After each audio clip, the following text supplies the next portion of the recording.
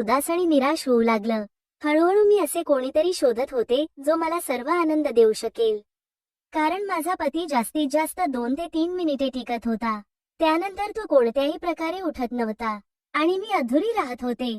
त्यामुळे लग्नाच्या काही वर्षांनंतरच मी पाहिलं की माझा पती सक्षम नाही, तर मी पर्याय शोधायला लागले आणि मग माझ्या जीवनात आनंद आला। आमच्या घराच्या मागील गल्लीत एक तरुण होता, साधारण 28 वर्षांचा। जेव्हा मी छतावर काही कामासाठी जात असे तेव्हा तो मला बघायचा। सुरुवातीला त्याचं बघणं मला अप्रिय वाटायचं, पण जेव्हा माझ्या गरजा माझ्यावर हावी होऊ लागल्या तेव्हा मी सगळं बाजूला ठेवून त्याला पाहायला लागले। एक दिवस तो मला पाहून हसला। नमस्कार मित्रांनो, माझं नाव सुषमा आहे, मी 32 वर्षांची आहे। मी एक विवाहित महिला आहे आणि मी राहायला पुण्यात आहे। मी पुण्याच्या एका मोठ्या सरकारी महाविद्यालयात प्राध्यापिका आहे। माझा पती व्यवसाय करतो। तो सकाळी 10 वाजता जातो आणि रात्री 11 वाजेपर्यंत घरी येत नाही। माझ्या लग्नाला 4 वर्षे झाली आहेत, पण अजून मी मुलांच्या आनंदापासून वंचित आहे। मी दिसायला खूप आकर्षक आहे, कारण प्राध्यापिका असल्याने मला नेहमीच स्वतःची देखभाल करायची असते। पण माझ्या आयुष्यात एक गोष्ट आहे जी माझ्या लग्नानंतर खरी नाही राहिली। खरं म्हणजे माझा पती मला जे हवे होते, जे मी अपेक्षित होते, त्यात तो कधीही यशस्वी झाला नाही। पहिल्या रात्रीच तो अगदी अपयशी ठरला। मला वाटलं काही हरकत नाही, कधी कधी जोशात माणूस थोडा कमी पडतो, पण नंतर प्रत्येक रात्री तेच होत राहिलं। तो 1 मिनिटातच काम संपवायचा।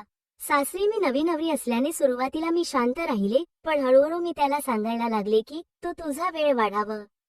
त्याने खूप प्रयत्न केले, अनेक उपाय केले, डॉक्टरांकडून उपचार घेतले, पण परिणाम तसाच राहिला।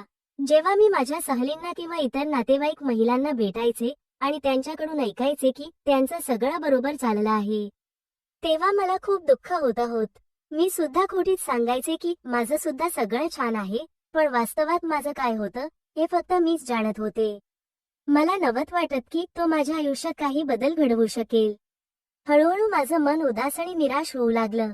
हळूहळू मी असे कोणीतरी शोधत होते जो मला सर्व आनंद देऊ शकेल, कारण माझा पती जास्तीत जास्त 2 ते 3 मिनिटे टिकत होता। त्यानंतर तो कोणत्याही प्रकारे उठत नव्हता आणि मी अधुरी राहत होते।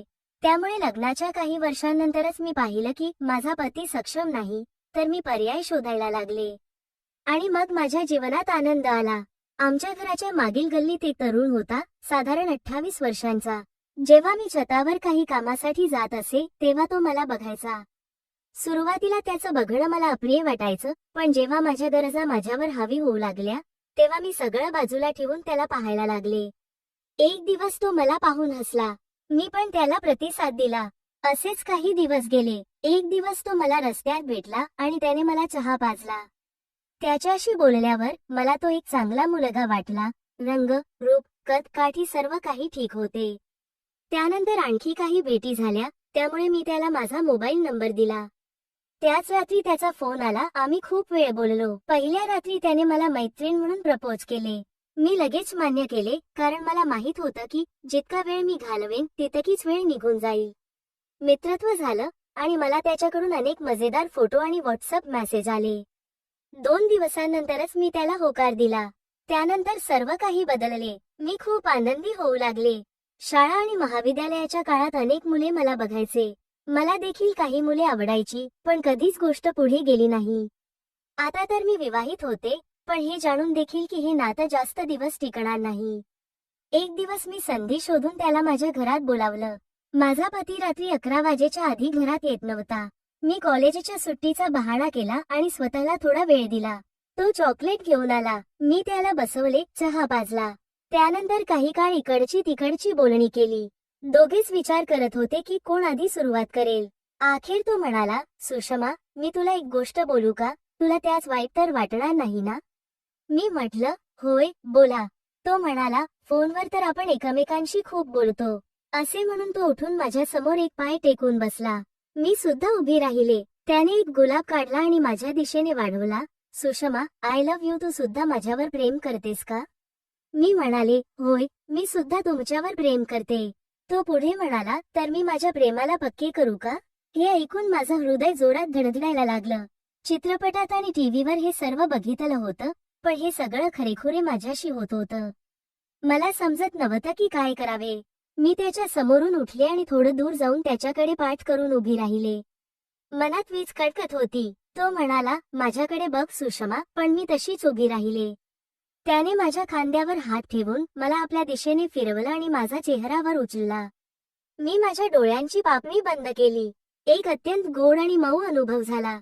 आम्हाला दोघांना जीवनातील अमृत मिळालं होतं. रिकाम्या हातांनी तो जाणारा नव्हता. तो माझी प्रशंसा करू लागला. मी लाजले आणि हसले. मी त्याला पूर्णपणे मोकळीक दिली. मी देखील आज सर्व काही अनुभवू इच्छित होते. तो त्याच्या कामाला लागला. मी म्हटलं, अरे हळूच. तो म्हणाला, काय झालं? मी म्हणाले, काय नाही, तुझं चालू दे. जेव्हा मी त्याला हटवलं तेव्हा माझं शरीर थरथरत होतं. मला समजायला थोडा वेळ लागला. जेव्हा मी समजले तेव्हा तो म्हणाला, सुषमा, तू ठीक आहेस का? मी म्हणाले, होय, मी ठीक आहे. तो म्हणाला, तर पुढे सुरू करू? मी मान्य करून मान हलवली. आमच्यात एक प्रकारची स्पर्धा सुरू झाली. पण याबाबतीत मी हरले. मी इतकी भावूक झाले की मी रडायला लागले. माझ्या डोळ्यातून अश्रू बाहेर आले. त्याने विचारले, काय झाले? मी म्हटले, काही नाही. एकदम सगळ्या शरीरात घाम येऊ लागला. मी भावशून्य झाले. काही क्षणांनी डोळे बंद करून अनुभव घेत राहिले. मी जणू एका जादूच्या बंधनात होती. आज मी परिपूर्ण झाले होते. आता माझी कोणतीही इच्छा अधुरी राहिली नाही. त्याने विचारलं, तू तृप्त झालीस का? मी म्हटले, होय, पूर्णपणे. कसा वेळ गेला हे कळलंच नाही. मग त्याने म्हटले, आता मला जायचं आहे. तो उठला आणि निघून गेला. बराच वेळ मी तशीच पडले. बराच वेळानंतर मी बाथरूम मध्ये गेले. बाथरूम मध्ये कसा वेळ गेला हे कळलंच नाही. बराच वेळ मी तशीच पडले. बाथरूम मध्ये मी आरशात पाहिलं. मी स्वतःला इतकं सुंदर कधीच पाहिलं नव्हतं. पण काहीही असलं तरी आज मला छान वाटलं. मग मी स्नान केले, पुन्हा एकदा तयार झाले आणि माझ्या खोलीत व्यवस्थित गेले. मग घराच्या कामात व्यस्त झाले. मित्रांनो, तुम्हाला ही कथा कशी वाटली हे मला कमेंट करून नक्की सांगा. अशाच आणखी कथा ऐकण्यासाठी आमच्या चॅनलला नक्की सबस्क्राईब करा.